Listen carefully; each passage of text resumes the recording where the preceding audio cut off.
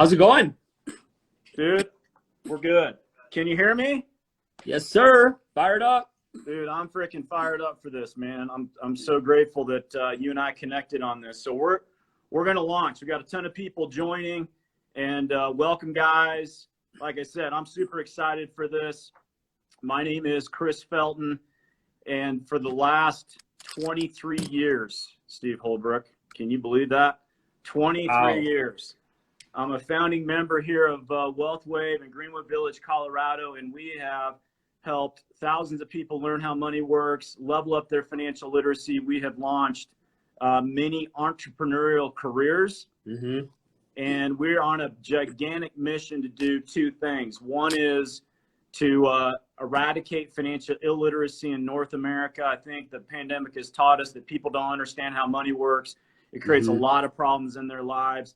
We have a solution for that. And then the second thing that we do, which is really the purpose of today's broadcast, is to help people move from small E, employee, where you have lack of time, lack of control, lack of financial upside, to what we call a big E, which is an entrepreneur, where you have time, control, unlimited financial upside, and you actually have an impact. You have a chance to make an impact in your life. So guys, everything I do, my purpose on this planet is to help people free themselves mentally and financially so they can live an amazing life. And I think the core of that is being an entrepreneur. So what we do on Instagram is, in my mind, two things we want to accomplish. One is inspire people to get on an entrepreneurial path. And I think what the pandemic has taught us is that being an entrepreneur is no longer optional.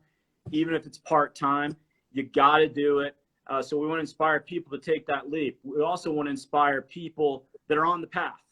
And number two is we want to equip people and to help them move through what I call, and Steve, you probably know this, the three phases of being an entrepreneur. Phase one is this thing worth it? And unfortunately, a lot of entrepreneurial dreams die right there, because just like a jet that uses all their fuel on takeoff almost, a lot of people spend their energy. They don't think it's worth it. They quit. They settle. They give up on their goals, dreams, and aspirations. A small group makes it to phase two, which is, hey, this is worth it. It's better than being an employee, but they don't have a lot of time control.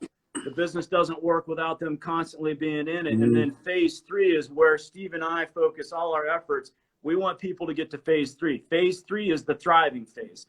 Phase three is, I'm glad I didn't quit. I can't believe the impact I'm making. I can't believe how much I've grown. I can't believe the financial blessings that have happened to me and my family. And that's the thriving phase. And so that's really the purpose of this. And when Instagram Live idea came to me, and you can see my CF_E to E. That's what I'm all about, man. I want to move people from employee to entrepreneur. Steve Hollbrook was literally the first person that came into my mind for lots of reasons. You guys will know he's got one of the most amazing, inspiring stories you'll ever hear. He makes a big impact. He's a major leader in WFG Canada. He's got 120,000 followers on Instagram. The guy's all about delivering value all the time. Not only is he a world-class leader, he's a world-class husband, father, health, you name it. The guy is the full package. And one of my favorite quotes, Steve, is when someone says something can't be done, they usually get interrupted by someone that just did it. And the person that interrupts is Steve Hollbrook. So, brother, we're going to talk about the 4 reasons why people don't reach their potential. We're going to highlight it. We're going to go about 40, 45 minutes. We're going to help people give some shifts. We will, do some Q&A at the end, and we're going to deliver a tremendous amount of value, have fun doing it, and hopefully impact a lot of lives today, brother. So I appreciate you. I want to, before we get into the first of the 4, just touch on your story, man, because I think it's unbelievable and everybody needs to hear it. Yeah, no, I appreciate being on the call. And if you're on this call right now, make sure you're reaching out to your teams and forwarding this and getting them on. This is going to be an unbelievable opportunity this hour. But, my entrepreneur journey started at 23, Chris. I was born and raised in Calgary, Alberta. We were 3rd generation business owner family. My sister and I were supposed to take over the family business. I went to business school. Our parents helped us go get through university. And when I had an opportunity to graduate from university, I had a couple options. I could go into the family business, which would have been very successful at the time. They had a lot of big projects. They're building hotels, hospitals, schools, high rises. Oldest son, third generation. It would have been a natural fit. But I also worked at a restaurant for 9 years. I became the head baker and I had an opportunity to be a general manager there. But I'll tell you what, I was sitting at a coffee shop at 23, contemplating the meaning of my life. And a lady walked in. And she seemed very familiar to me, although I never met her. And she went and got a coffee and she sat down. It turns out that she'd been a client of this company for a couple of years. And we got to talking and she asked me what I wanted to do with my life. And I said, you know, I battle with severe Crohn's disease. I want control of time. I want control of money. You know, I want to be in control. And she said, well, there's not a job on the planet for you. But she goes, off the record, you should check out this thing on Thursday night.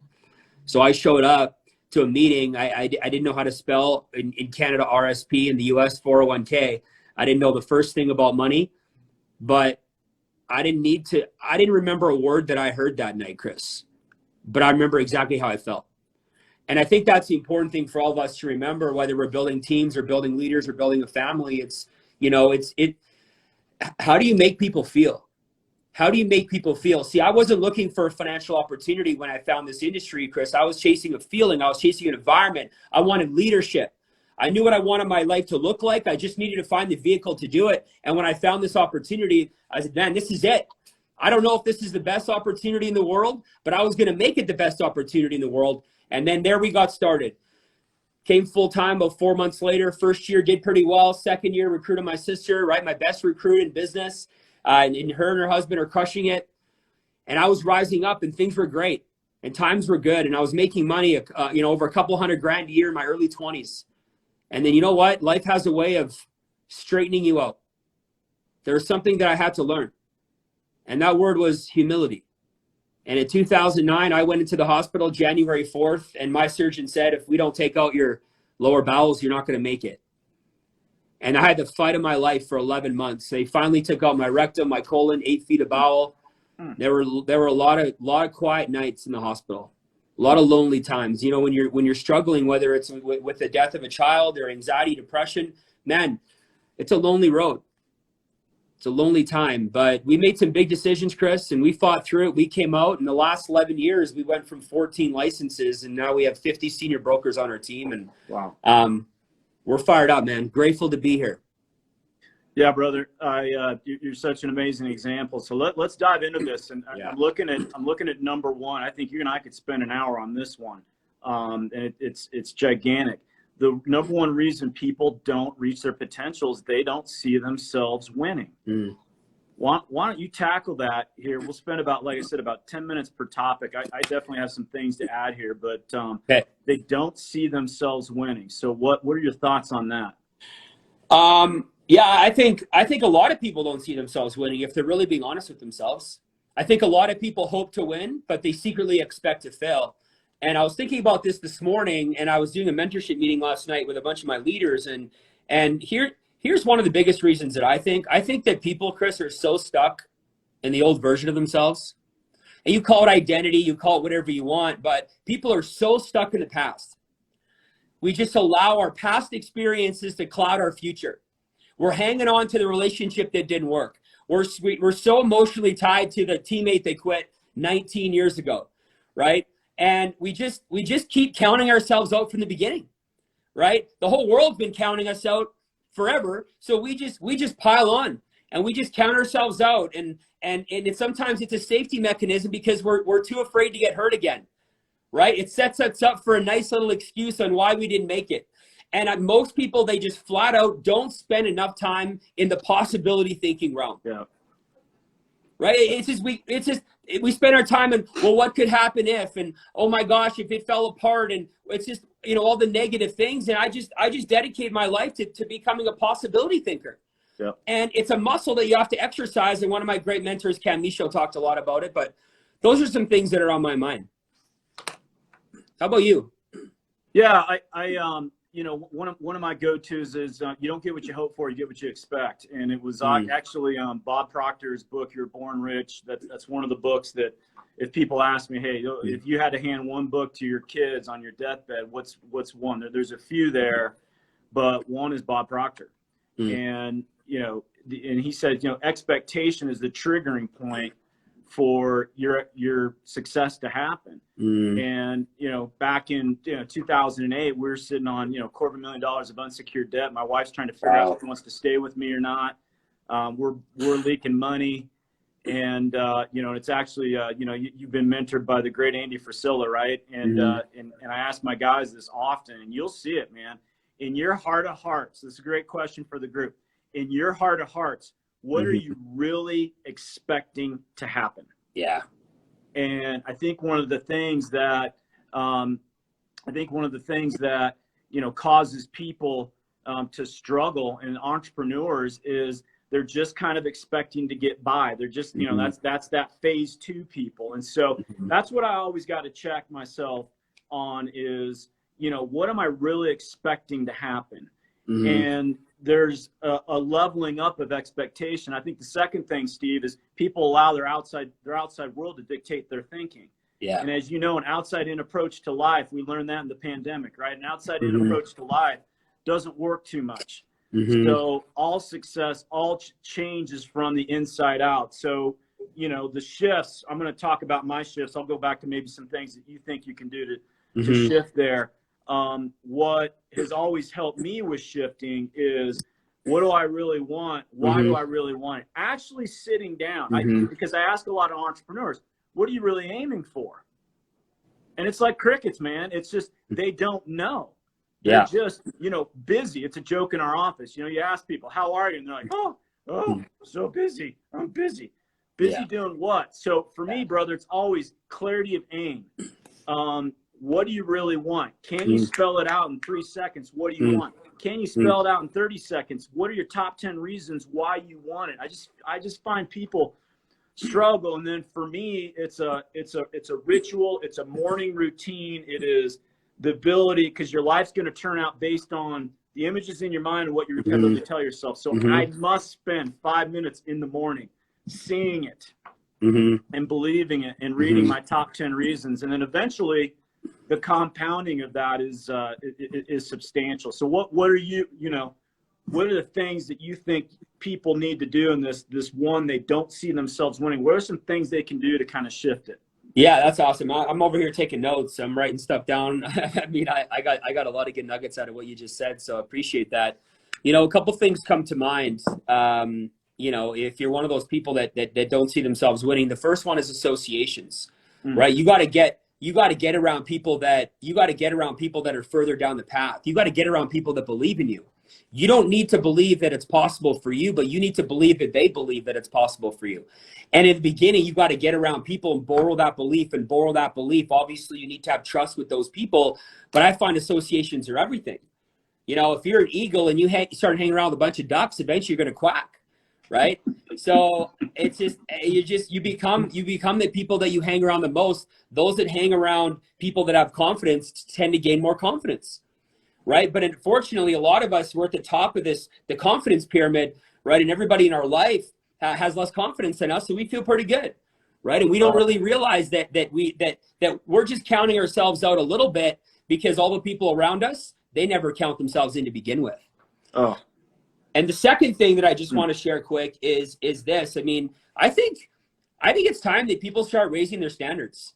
It's this time of year, Chris, and everybody's setting New Year's resolutions, and everybody's setting a new game plan, and everybody wants new habits. But it's, to be honest, your habits, you change your habits for a week, you're going to go back to the old you. It's not a habit problem. It's a standard problem. Because when you raise the standard, you start to change the habit. So if you want to start to see yourself winning, raise your standards. Figure out what you want. Level up.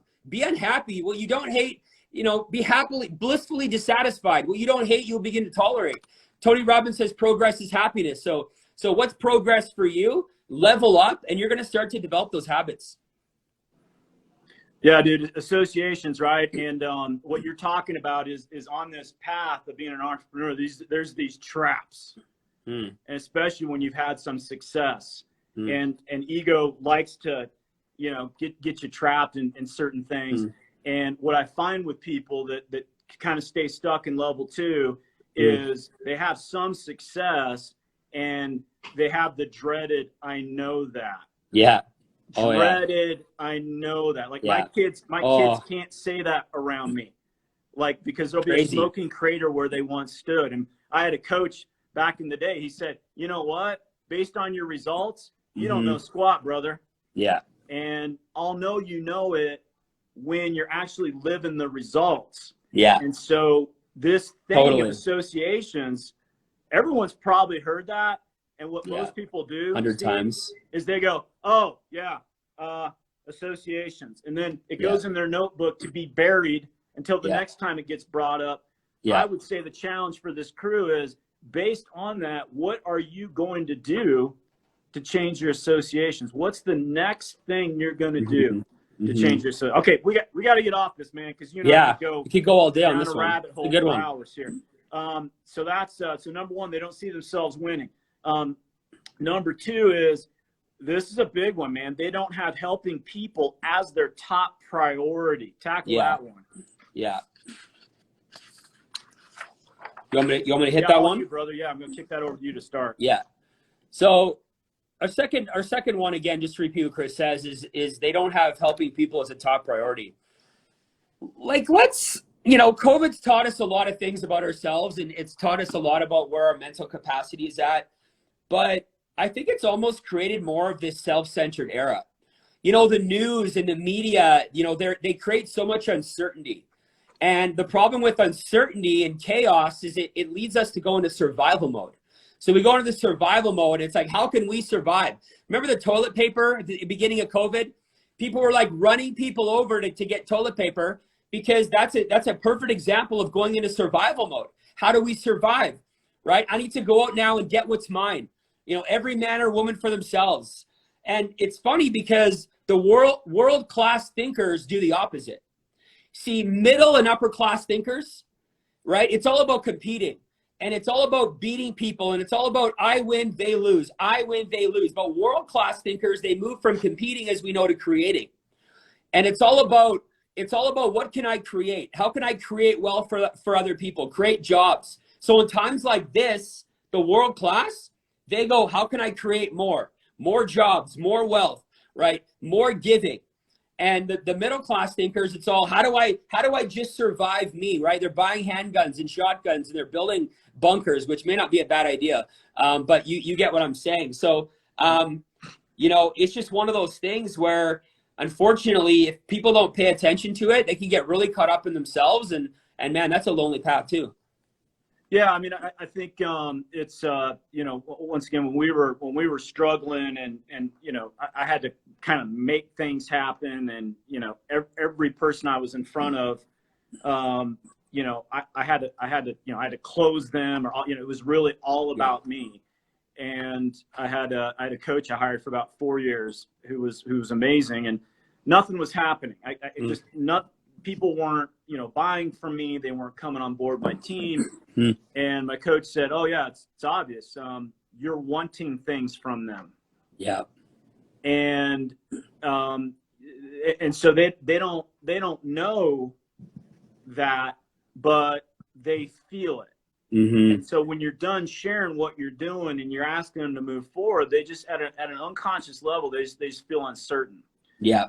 And one of the best pieces of advice I've ever got is, he said, before you go in and meet with them, I want you to sit there and I want you to write out how they are going to win by your recommendation. Yeah. How are they going to win? And he called it clear the agenda.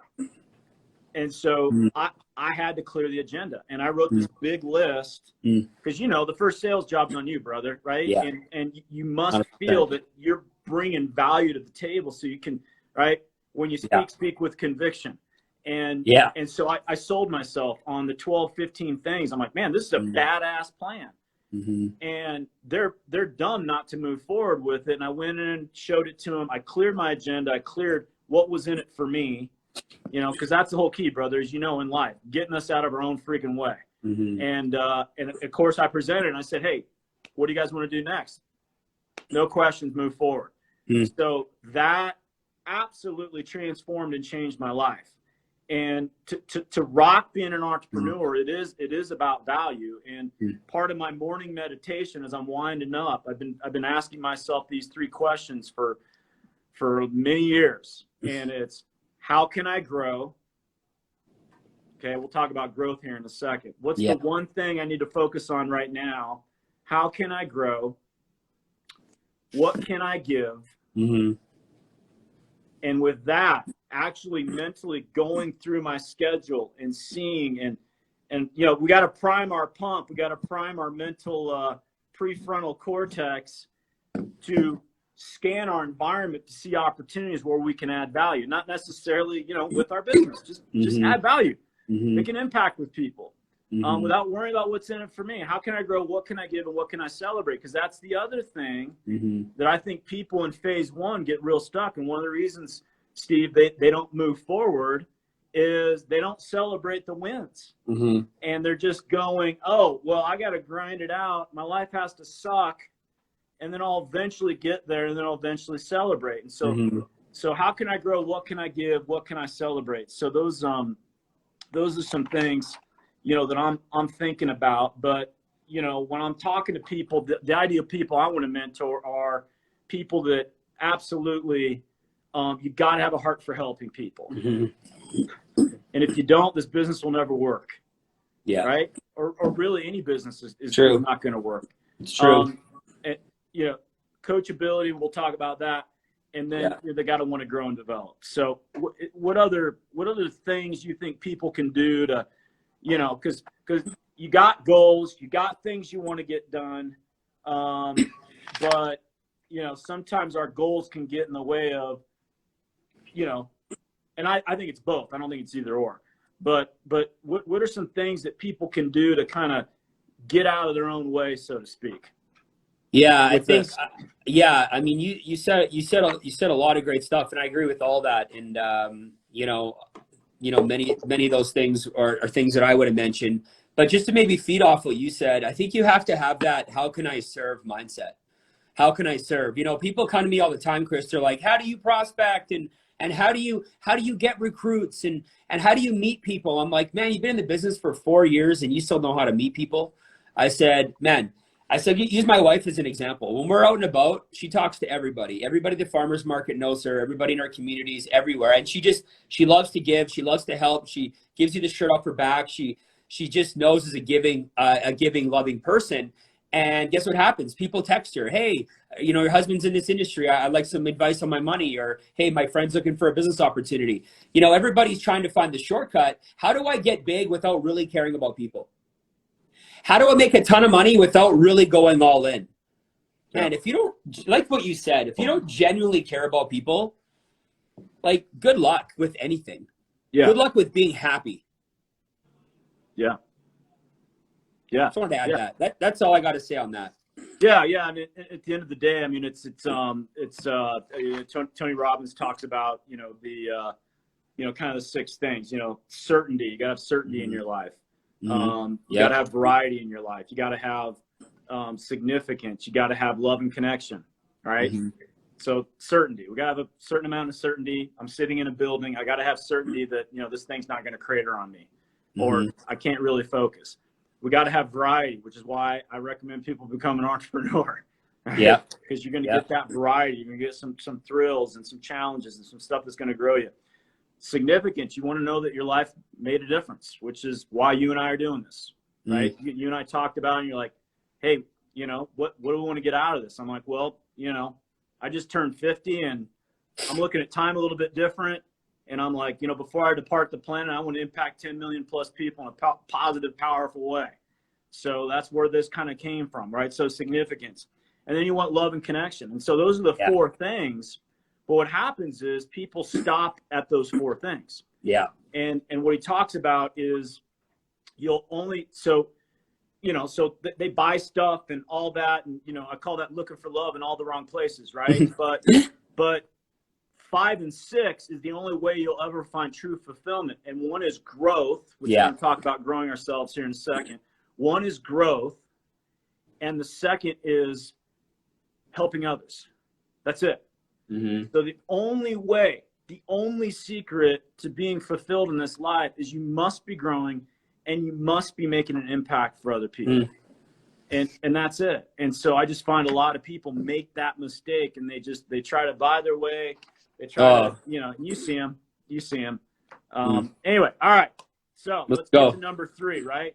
Number 3, they don't keep building themselves. Yeah. I mean, here's the truth about being successful for everybody on this call. Nobody's coming to save you. Like, nobody's coming to save you. Nobody's going to do it for you. It's up to you, or it's not going to happen. You're not going to find the next superstar teammate. It's not all on your partner. It's on you. And that's the good news. Isn't that why you wanted to be an entrepreneur? Didn't you want the game ball? Right? Aren't you the one that asked for control? Aren't you the one selling financial freedom to your family? Well, then listen, people wait around to be motivated. They wait around to be inspired. They just wait around, right? So that when they quit, they can blame their lack of support from their leaders. They can blame it was this fault, it was that fault, it was everybody else's fault. Here's the reality is that you need to build you, and you need to build you by design. Everything needs to be by design. Who do you want to become? What kind of a leader do you want to become? You need to design it, and then find the mentors that are gonna help you get there. Have a game plan. I don't read random books. People hand me books all the time. I don't read books in order of when they're handed to me. I don't even read some books that are given to me. I take in personal growth that's relevant to me at this time.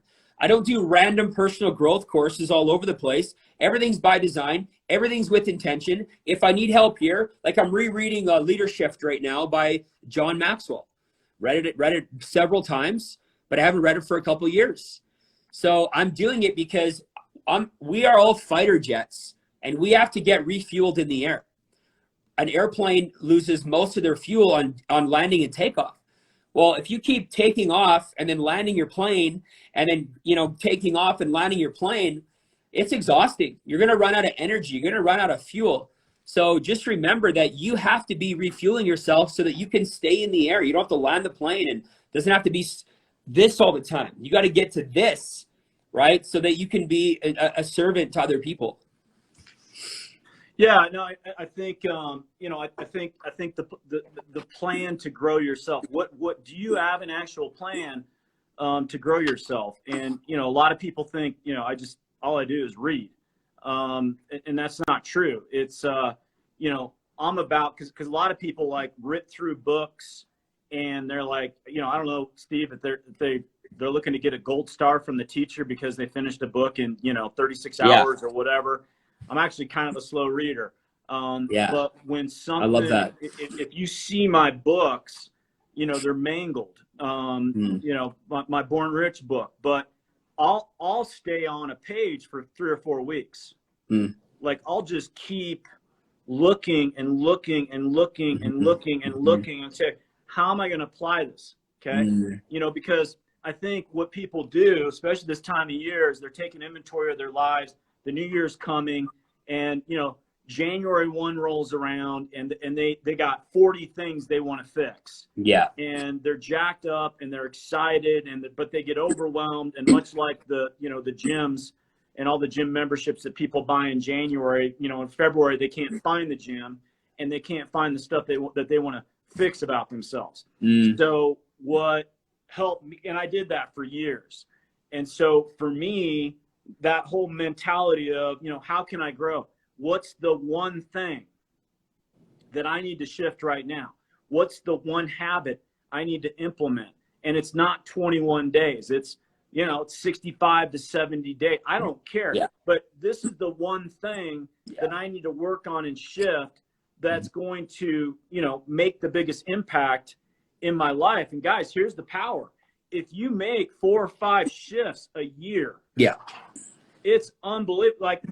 Like when I turned 50, we were in Lake Tahoe, Steve, and when I turned 40, I created the habit of actually sitting down with a journal on my birthday and saying, here's where I'm going to be the next year, and writing some things down that, as you know, middle-class thinkers think that when they write a goal down, it has to be believable. The world class knows that it should seem way out of line. It should seem way out there, but you're going to actually level up and grow your belief to match it. And so it was amazing, dude, as I said, where am I going to be at 41? And writing some crazy stuff down, right? And then doing it. Where am I going to be at 42, 42? And then at 50, right? Because 10 years ago, we were a disaster, right? Like financially. Yeah, we all were. All this stuff. But when I look back, I was like, dude, it was and I'm not bragging. I'm just saying it was jaw-dropping what had happened in 10 years. It was amazing. But I also look back and say, why were you thinking so small? So that's the growth, man. And you know, I feel better at 50 than I did at 40. I feel like I got greater energy now. So anyway, how did you make the shift? Because I think a lot of us, we get stuck. We're stuck. We're in that personal growth like rut, and it's just circle. How did you get above it and make a shift? Yeah, I think it's just the clarity of aim, man. Like it was super clear. The greatest goal I've ever set in my career was a savings goal, and because we had no savings, and we set a very big savings goal, but I sat down and it was the first time I said, why are we doing this? And Marla was like, well, if you want to stay married to me, that's first. Smart woman. Yeah, her financial stress, I was no longer okay with it. I knew I was getting handed a massive challenge to basically break our family tree of poverty for generations. So I sat down and spent the time and created massive, compelling emotional reasons to do it. And then I got my ass up early, and I would just put in the time to, these are the things I need to shift and change, small things compounded over time, with this as the overriding goal, which all that fed, you know, the different things we got to do in our business and our system and all this, but this was the goal. And so I was able to scan my environment because I was so emotionally involved in that goal. I knew what I needed to pull in to get me to that next step. I think everybody watching this, I think you need to really just pay attention to what Chris said. You know, we're all setting our business goals and our income goals this time of year. But I think if you haven't sat down and had an emotional breakthrough with what you really want, and you haven't enlisted and enrolled your family and got them involved, you got to start there. You can't look, if it's going to be a different year, it needs to be a different year. You have to come at it from a different angle. Something has to change. You need an emotional breakthrough. You might need to get out of town for a day. Tell your husband, hey, take the kids for 4 or 5 hours, or you get a sitter, better, both of you, and you have a breakthrough, because your goals don't matter if you aren't clear. Yeah, no, I mean, and it's you know, and one of our great mentors, Monty Holm, told me, man, I'll never forget. He's like, Chris, the most difficult thing you're going to face in life is busting through your comfort zones. And you know, your ego, its number one job is to keep you stuck, keep you right where you are. Yeah. And so I don't have it all figured out, and I haven't arrived. And, you know, as I tell people, I'm a miracle and a mess at the same time.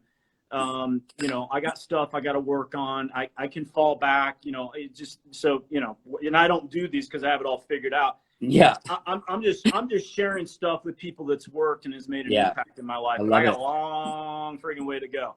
Yeah. However, I do know this. It's one of my favorite quotes from a book called Be Bold and Win the Sale. A life spent seeking comfort results in an entirely uncomfortable existence. It's one of my most favorite quotes on the planet. A life spent seeking comfort results in an entirely uncomfortable existence. And you and I know, brother, the goods are on the other side. And the problem is when you get to phase 3 of thriving, you know, you have to turn the spotlight back on, all right, we got to make an impact. We got to impact as many freaking people as we can. And, you know, I got to keep growing myself to bring more value to people. And so anyway, but good stuff. All right, we got to get to the fourth one, and I think we got a couple questions.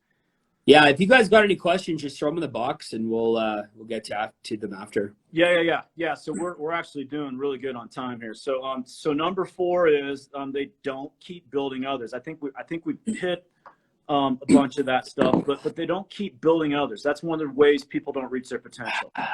I love this one. We set goals, we get fired up, we start building people, we do it for a few months, and then we quit. Here's what I'll say about building people. If you don't get out of survival mode here, or in the business that you're in, if you don't get out of survival mode, you're not going to have the energy to do what you need to do. How long are you going to be in survival mode? Like, are you working like your life depends on it? I see so many people, especially in our business, they do this, Chris, and then they do other stuff on the side.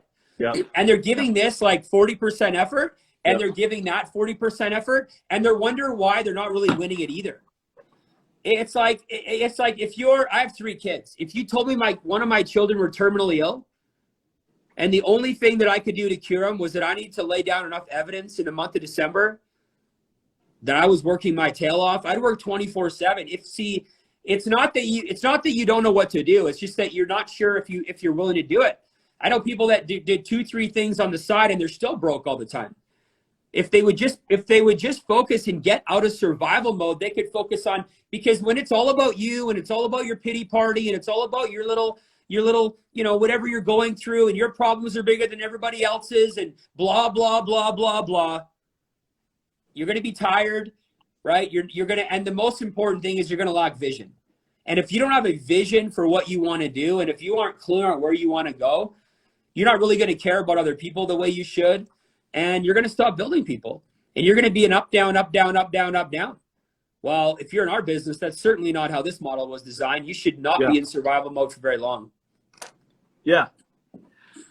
Well, and I think it's the famous marshmallow test too, right? The kids that had to eat the second marshmallow within seconds, and the ones that had, the ones that did. I'm not going to get into all of it. You guys can go Google Stanford marshmallow study, but basically, the kids that delayed eating the next marshmallow, that had delayed gratification, they followed those kids, forever. And the ones that delayed gratification versus instant gratification, which is where our society totally hangs out. Their incomes, their prosperity, their fulfillment, their impact was huge. And so, building people, and this is another great, one of my mentors said, you might find the people, but you're probably going to have to grow them. And for me, having a long view, we're just going to have to grow people. And I took a seminar, personal development seminar, that was pretty impactful, Steve, and it was all about feedback. And we got to experience people for a few days and build relationships and all that. And then they lined us up, probably about 150 people. So this is like 2007, so I'm still kind of sucking exhaust financially, trying to figure it out. I'm on the struggle bus. I'm in phase 2. And Steve, everybody walked. So you walked around and you stared at somebody and you said if they were a giver or a taker. Wow. Holy guacamole. Giver, taker. And you had to sit there with a pad of paper. You put G at the top, T, couldn't say anything. Their experience of you was giver, taker. Wow. So you had to add it up. And then they lined you up. Wow. Based on how many. So whoever had the most gives, they were number 1. Right? And then they lined us up like a leader's bulletin in chairs. The whole world could see in that group who was a giver, who was a taker. And I did mediocre there. I was like middle of the pack, but I watched the guy that was at the end, and it freaking transformed his life. And so I've spent a lot of time mentally thinking about that. And that's a question for the people that are on. If you're to ask your community to give you honest feedback, because we don't love feedback because our ego doesn't like it. We want to get offended, all those things. Would they call you a giver or would they call you a taker? So part of my business plan is, because once again, I can get my own way. I can make it about me. I can be on a run. I can be this, and this. Yeah. I don't beat myself up for that. I'm freaking human. The whole miracle in a mess thing. However, I do step back and go, all right, dude, where can you make an impact? Who do you need to contact? Just, part of my reaching out to clients and prospects is, how are you? Yeah. What are you doing, man? Like, what can I do to make your life better? Anyway, we can go off on that but that was, man, that was such amazing feedback. And I'm like, I'm at that point, I'm like, I'm more of a taker than I probably am a giver. Wow. And, I wanted to change that, and hopefully the feedback's, different now, but I'm just always mindful. Hence in my morning routine, I'm always, how can I grow? What can I give? What can I celebrate? I got to pound that into my mind to take the focus off of me. Cause every time I focus on me, it kind of goes south. Oh man, that was gold. If you guys didn't get 2 pages of notes right there, I know I did. I love what you said about giver or taker. I think so many of us we're cautious to give until we see how much we can take, to see how much other people can give us first. And it's like this trade-off where I find world-class people, what they do, they get up in the morning and they're focused on emptying their bucket. Yeah. And they focus on emptying their bucket just every single day. And they understand that if they don't empty their bucket on everybody else, those people probably aren't going to get nourished that day. But it's funny, I wrote down something similar. I said, am I adding value to people's lives or am I taking away? And that's the same as energy giver. And I'm referring to like energy and enthusiasm. Like, are you the kind of person that's calling people up and encouraging them, pumping them up? A phone call with you isn't like a, hey, how's it going? Oh, I'll be honest, it's not great. Like, are you the one sucking the energy out of the conversation, or are you the one giving the energy? And it's okay to suck it once in a while. We all have bad days. We all have down moments. But at the end of the day, if you're not, adding more value than you're taking, it's probably a good question. Take inventory of all the people in your life. Ask yourself, are you adding value to those people? Right? Or do you drain them? Are you a little bit of a drain on them? And if you are, man, that's an exhausting way to live. Yeah. Yeah. And once again, guys, remember, fulfillment's only going to come from adding value, right? And growing and adding value and serving others. The reason we want to grow is so that we can make a bigger impact. So I got a few questions. And once again, I do about 5 posts on my Instagram feed once a week. And I did a post on this whole thing about, someone just asked a question about mentoring and what's the, what's the best way to find a mentor? What's the best way to interact with a mentor? And I think I posted it about 3 weeks ago. But it was transformational because my coach, as you know, Steve, I'm a huge fan of Siebold's book, 177 Mental Toughness Secrets of the World Class, right? And I'm gonna get Steve on Instagram Live in February, and we're gonna talk about his top 4 of the 177. Wow. So what he believes is the top 4 of the 177. Woo. And he always gets asked, is the 177 in any particular order? He said, none of them except for number 1, objective reality. And you and I could do a whole Instagram Live for hours on this. And objective reality is the ability to look at your results without emotion. And so when Marla decided to stay with me, thank God, and not leave, and here I am looking at the $250,000 of unsecured debt, looking at all the crap that I created. First thing I did is forgive myself. We could do a whole talk on forgiveness and the power of that. But I forgave myself and I looked at it, and instead of beating myself up, instead of feeling bad about it, I just said, okay, it is what it is. I accepted it. But I'll never forget it. I turned to her, I looked her straight in the eye, and I said, we will never be back here again. I get goosebumps every time I say that. I said, we will never be back here again. And I knew I was ready to move on versus continuing to look at what was going on. But then I hired a coach who taught me objective reality. And he said, Chris, you got to learn how to keep your word. Oh. Right? You need to learn how to keep your word. And we see it. We mentor people. They're like, I'm going to do this. You can count on me. I'm going to. And all of a sudden, and then they disappear and they go into some witness protection program. And so go look at that post. But I'll summarize it real quick because I think it's really important. Yeah. So I had a weekly check-in with him. And it was this, man. And here's what I answered. And I got good at it. He didn't have to hunt me down. He didn't have to ask me. He said, so I would fess up in the meeting because I set weekly goals with him. I said, this was the goal. And most often I didn't hit it. So that here's the goal. It didn't happen. It didn't happen. Here's what became more important than me keeping my word. Here's what I learned. Here's what I'm going to do different. Will you still coach me? Wow. Changed my life. Took about 4 months. But by about the 4th month, my ego got out of the way. And once again, I'm not perfect at it. I get emotional and whatever.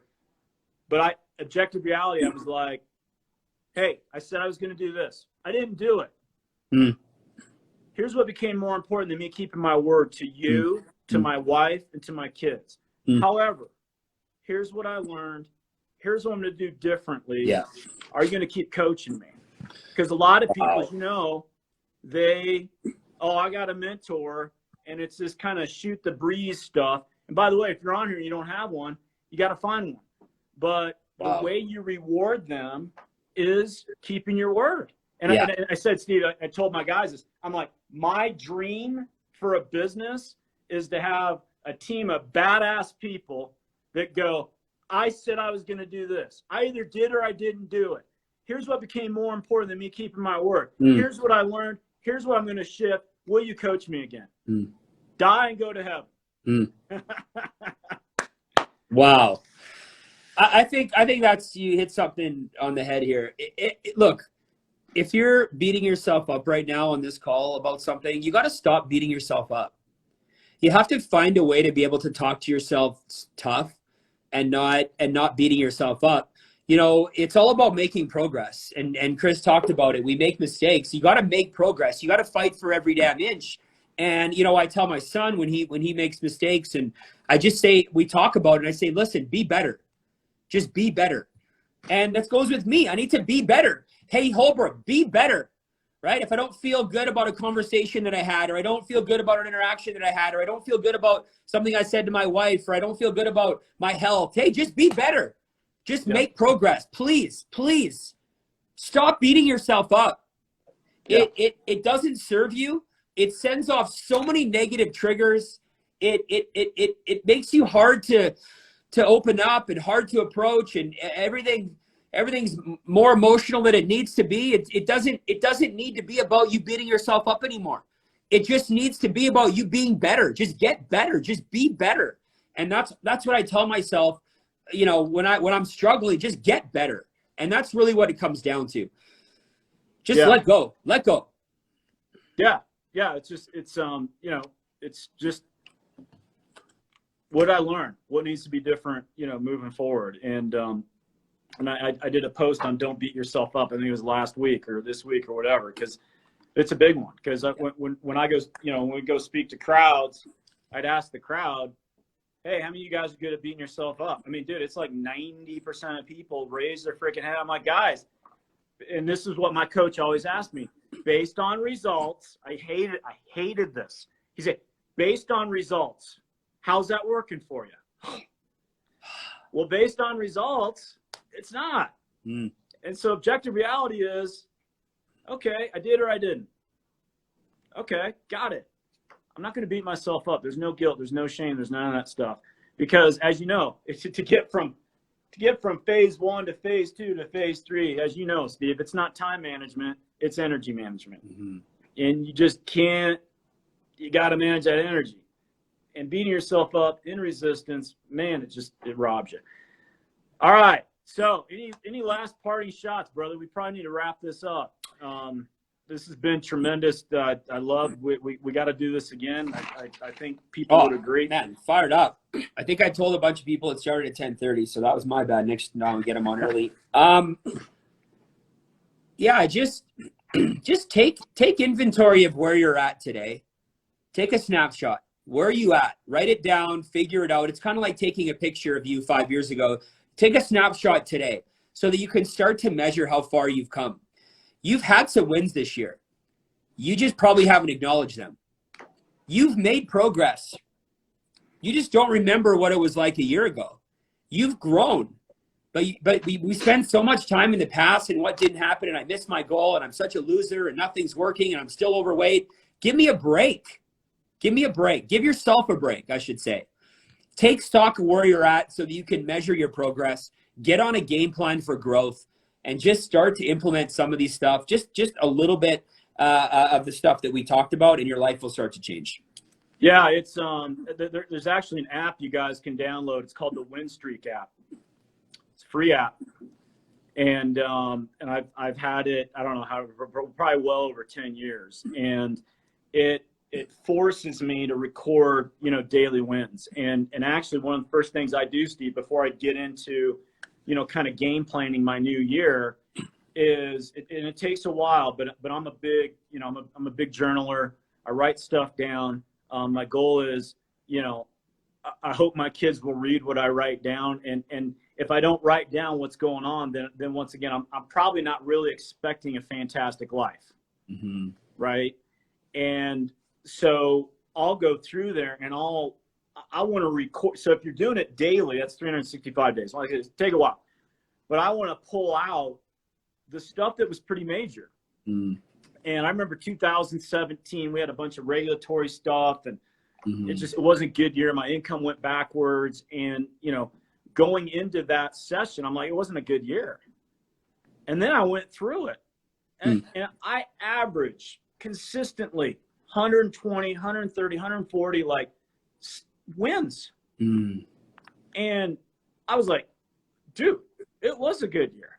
Mm-hmm. Look at all the stuff. And it wasn't business, it was family, it was just all these things, right? And one of my coaches, he's like, Felton, because it's so easy to focus on the top 5 to 10% that doesn't work, right? And he said, hey, he's like, dude, he's like, have you ever been to Maui? I was like, yeah. He's like, can you imagine going to one of the most beautiful places on the planet, standing in the middle of the road and staring at a pothole the whole freaking time? Yeah.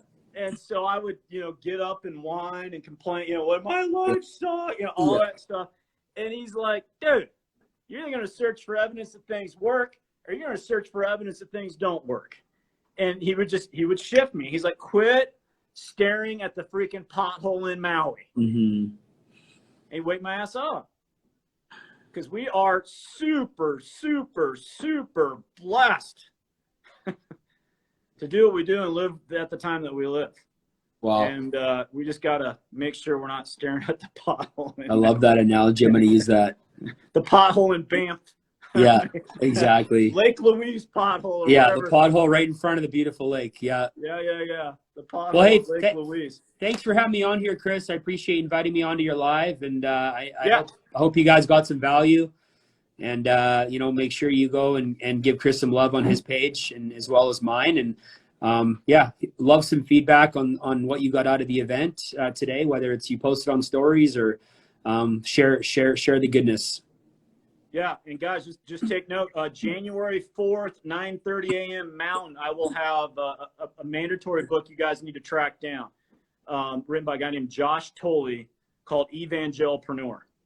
Evangelpreneur. Whether you're Christian or not, it doesn't matter. It is literally one of the best entrepreneurial books you will ever read, and it is a case for why you must become an entrepreneur.